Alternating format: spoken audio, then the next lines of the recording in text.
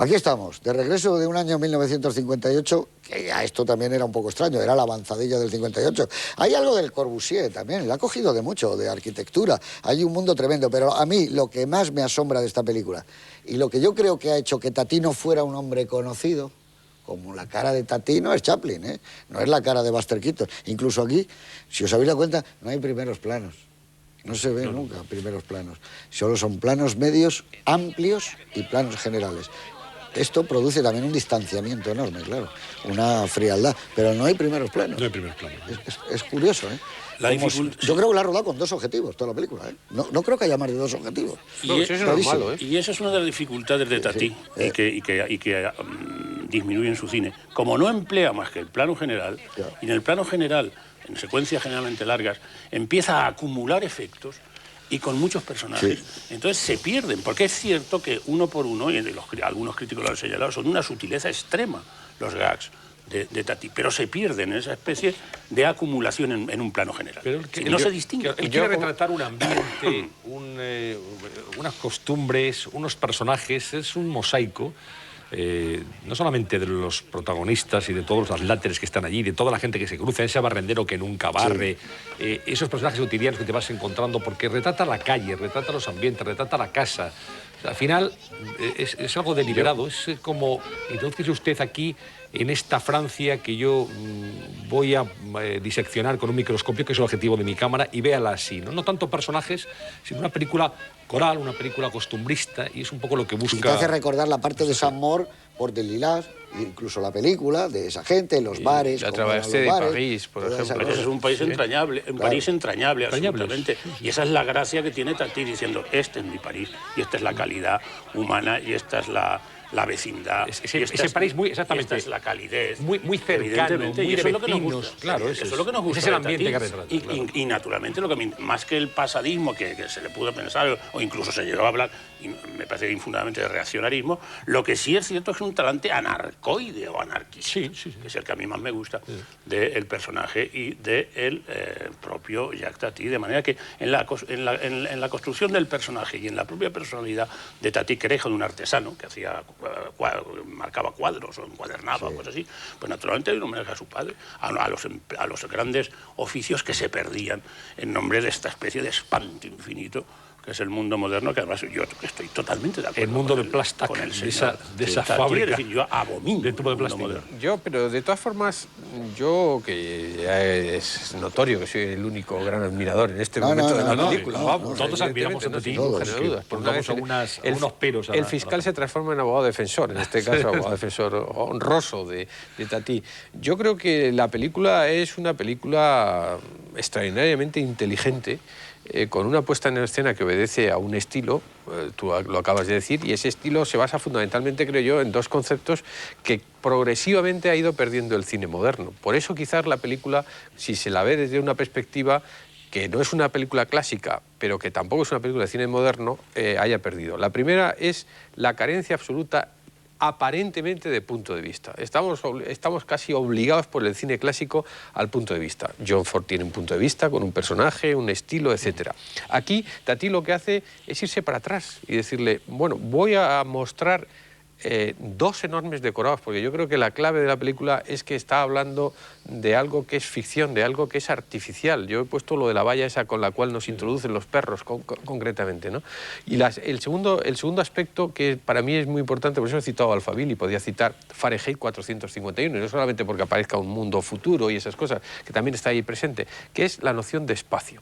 La noción de espacio que, bueno, en Fritz Lang está clarísima, está en el Nosferatu, en el Fausto de Murnau, y eso está ahí. Es decir, al irse para atrás, al rodarlo como si fuera un documental de ficción, al rodarlo en unos decorados muy decorados que prácticamente casi se demuelen para hacer otra película, de repente te encuentras, tú has citado a la Victorine, parece casi la Nuit Americaine. Yo sé que Truffaut, tú lo has dicho, le pegó muchos palos, quizás porque el mundo de los golfillos, ese mundo parisino, desde Le Miston, el cortometraje que hace hasta luego la piel dura y después los 400 golpes está muy cerca. Y a Truffaut, cuando había cosas realmente muy cercanas, él daba patadas a diestro y siniestro en ese aspecto, ¿no? Y luego yo creo que tiene una concepción pues extraordinariamente moderna. Pues, por ejemplo, a los que nos gustan los tebeos, la concepción de la puesta en escena es muy similar a los tebeos. Es un mundo muy parecido al de Hergé y de Tintín. Está muy próximo ese mundo. Hay todo un mundo europeo ahí muy enraizado. Por ejemplo,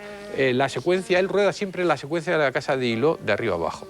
Es casi a otro nivel 13 Rue del Percebe, de mi admirado dibujante español, ¿no? Ibáñez, ¿no?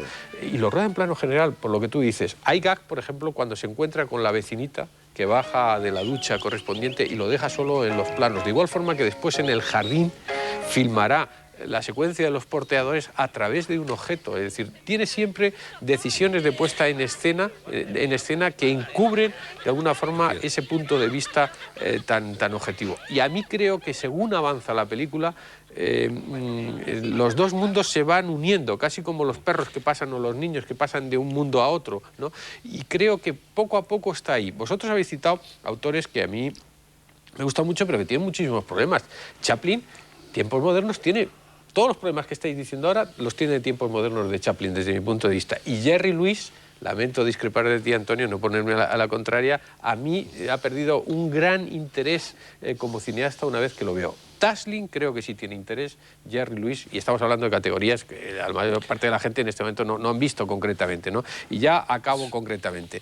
Creo que la influencia de Marcel Marceau, la influencia últimamente en películas como Amélie. Amélie está, no voy a decir copiada, pero influenciada extraordinariamente del mundo de Jacques Tati. Desgraciadamente. Y hay, bueno, a mí Amélie me interesa también, ya está visto que no coincidimos esta noche, querido Antonio, ¿no? Y luego hay un personaje, un cómico inglés, que está directamente extraído de esta misma, que es Mr. Bean, con todo lo que significa. Lo que pasa es que yo creo que ¿no? Mi tío es una película muda. No, es que no es muda. El problema es que la no idea es muda. como una película muda, se podía haber hecho prácticamente. Claro, eso que tiene que haber. Tati podía haber trabajado perfectamente en el cine mudo, lo cual es una baza a su favor, porque yo creo que es un director muy visual.